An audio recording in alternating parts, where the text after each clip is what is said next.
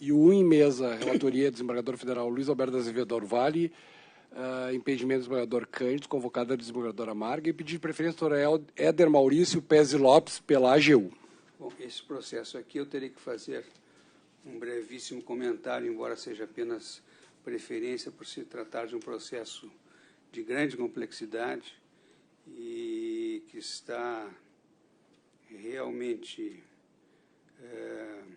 sendo muito bem examinado, foi examinado em primeiro grau pela desembargadora Vânia, quando ocupava a jurisdição de primeiro grau, e se trata de uma ação popular em face da União Federal e de várias outras pessoas, visando a declaração de irregularidade e nulidade de pagamentos e saques de dinheiro com uso de cartões de pagamento do governo federal, são os CPGFs. O autor da ação popular alega que houve desvio de finalidade e que houve apropriação indevida, enriquecimento ilícito de alguns portadores desses cartões.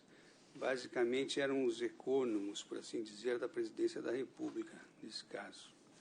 A ação foi julgada improcedente em face de alguns réus e parcialmente procedente em face de outros réus, para declarar a ilegalidade e a irregularidade de todos os gastos efetuados com os cartões que ultrapassam os limites de referência dispostos na Portaria 95 de abril de 2002 do Ministério da Fazenda e que digam respeito à execução de obras e serviços de engenharia acima do limite de utilização de R$ 15.000 e outros serviços de compras em geral com limite de R$ 8.000. Também foi julgada parcialmente procedente para declarar a ilegalidade e irregularidade de todos os gastos cuja prestação de contas não esteja acompanhada de nota fiscal. Também declarar a ilegalidade e irregularidade dos gastos efetuados em bares e restaurantes, condenar alguns dos réus a restituírem ao erário as despesas consideradas ilegais, que estão descritas nas letras A, B, C, D e E da inicial. Houve apelação da União Federal. Segundo a apelante, a legitimidade dos gastos glosados na sentença decorreria do fato de que estariam eles albergados pelo artigo 47 e não o artigo 45 do Decreto 93.872/86, segundo o qual as despesas para atender às peculiaridades da Presidência da República, especialmente os deslocamentos presidenciais, não teriam limites. Esta, então, é a principal arguição de defesa da União Federal. Eu estou dizendo no meu voto que as despesas peculiares da Presidência estão elencadas na Portaria 612/97 do Ministro da Secretaria-Geral da Presidência da República, sem que nela haja qualquer alusão à não aplicação dos limites de gastos descritos no artigo 45. Ora, ao não fazer referência aos limites de valores, mesmo peculiares à Presidência, não se vislumbra tenha sido afastada a regra geral do artigo 45, mesmo porque afronta os princípios da administração pública a possibilidade de gastos por servidores públicos, mesmo em deslocamento a serviço da Presidência, sem limites. De aí não vejo como afastar a conclusão estabelecida na sentença, no sentido de que os gastos peculiares também se encontram limitados pelos valores indicados na Portaria 95. Há uma alegação de que os réus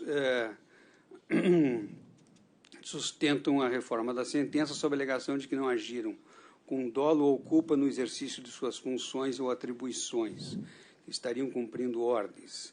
Estou dizendo que, na hipótese de inexistência de previsão específica acerca da possibilidade de extrapolar o agente público os limites indicativos de gastos previstos na Portaria 95, não se há perquirir acerca da autorização para assim proceder. Portanto, cai por terra a tese da inexistência de dolo ou culpa dos requeridos nos gastos realizados além da hipótese e valor autorizado.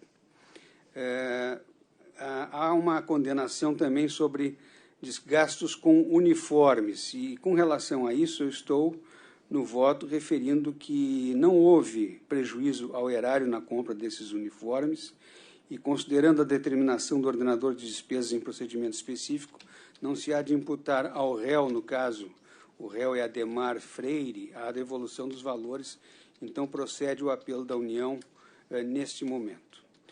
Quanto a gastos considerados irregulares em face da ausência de notas fiscais, Em alegações finais e embargos declaratórios, a União junta notas fiscais referentes aos gastos ou indica o volume dos autos onde se encontram. Considerando a comprovação dessas notas, não se pode concluir por irregular a tal título.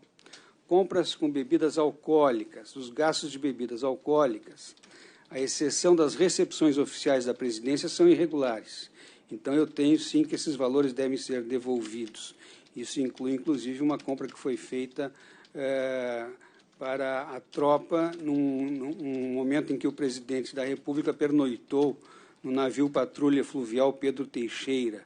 Não há comprovação de que esse deslocamento tenha sido um deslocamento oficial. Então, o que se comprou de bebida alcoólica deve ser devolvido. A aquisição de DVDs, foi postulada a devolução, foi realizada a devolução, então também procede o recurso da União com relação a esse ponto, exclui-se a obrigação de devolver ao erário esses itens. Despesas com bares e restaurantes, a sentença concluiu pela irregularidade dos gastos realizados com bares e restaurantes quando não se identifiquem com viagens e deslocamentos da presidência devidamente comprovados. Eu não vejo razão para alterar o entendimento adotado, uma vez que ele leva em consideração, inclusive, diretrizes dadas pela própria Controladoria Geral da União. Todas as despesas realizadas em restaurantes e bares, quando não comprovada a identificação com viagem e deslocamento da presidência, por estarem expressamente excluídas do custeio público, serão consideradas irregulares. Procede, então, o recurso com relação a isto. Despesas com material de construção, estou provendo recurso. Houve um destelhamento de uma casa pelo pouso da aeronave, do helicóptero do presidente da República, e esse gasto emergencial, evidentemente, que ele foi bem feito. Saques realizados com cartões corporativos. Da análise da sentença recorrida, ainda que existisse um item específico sobre os saques realizados no Boca do Caixa com os cartões corporativos, eu concluo que a análise do ponto, na medida em que a conclusão, ainda que inexista um item específico sobre os saques, eu concluo que há análise do ponto na medida em que a conclusão sentencial determina que todo e qualquer pagamento sem comprovação de nota fiscal e aqueles excedentes aos valores limites devam ser considerados irregulares. Então, não conheço do reexame necessário com relação a essa matéria. Eu acho que ela já está preenchida na sentença. Apelação do autor. O autor se resigna contra dois aspectos: a extinção da ação relativamente a Dilma Rousseff e os honorários advocatícios. Digo que o próprio autor reconhece que inexistem nos autos registros a demonstrar que a ré tenha utilizado os cartões, imputando-lhe, porém, a responsabilidade por omissão na fiscalização de seu uso pelos demais funcionários do órgão. Ora, sendo inexigível da ministra-chefe da Casa Civil, à época, que se desincumba também da função burocrática de que, a cada deslocamento de seus subalternos a serviço da presidência, vai verificar esses gastos. Então, a improcedência de primeiro grau está confirmada. Eu não vejo razão para mudar esta situação. Com relação aos honorários, entendo que o valor arbitrado pela sentença, de R$5.000, efetivamente não representa a quantia a retribuir o trabalho realizado pelo cidadão e patrono da causa. De outro lado, porém, estabelecer como parâmetro o valor dado à causa, que é de R$19 milhões, também não se identifica como razoável por excessivo. De aí, diante dessas considerações, eu majoro a verba honorárias para R$20.000.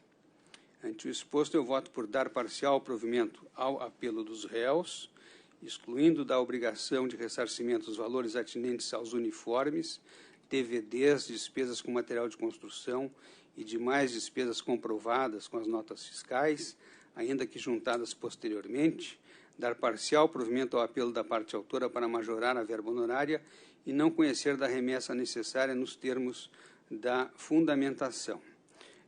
Quem está impedido é o desembargador Cândido. Não é? Então, como vota a desembargadora Vívia? Eu lhe acompanho. E a desembargadora Marga? Também eu estou acompanhando, gostaria de destacar o brilhante trabalho feito pela desembargadora Vânia, que sentenciou esse processo em primeiro grau, e o trabalho de Vossa Excelência, que também foi um trabalho exaustivo. A documentação é muito extensa, muito grande, é muita questão a examinar. Eu gostaria de destacar também o esforço dos eminentes advogados da União, mas eu estou acompanhando Vossa Excelência.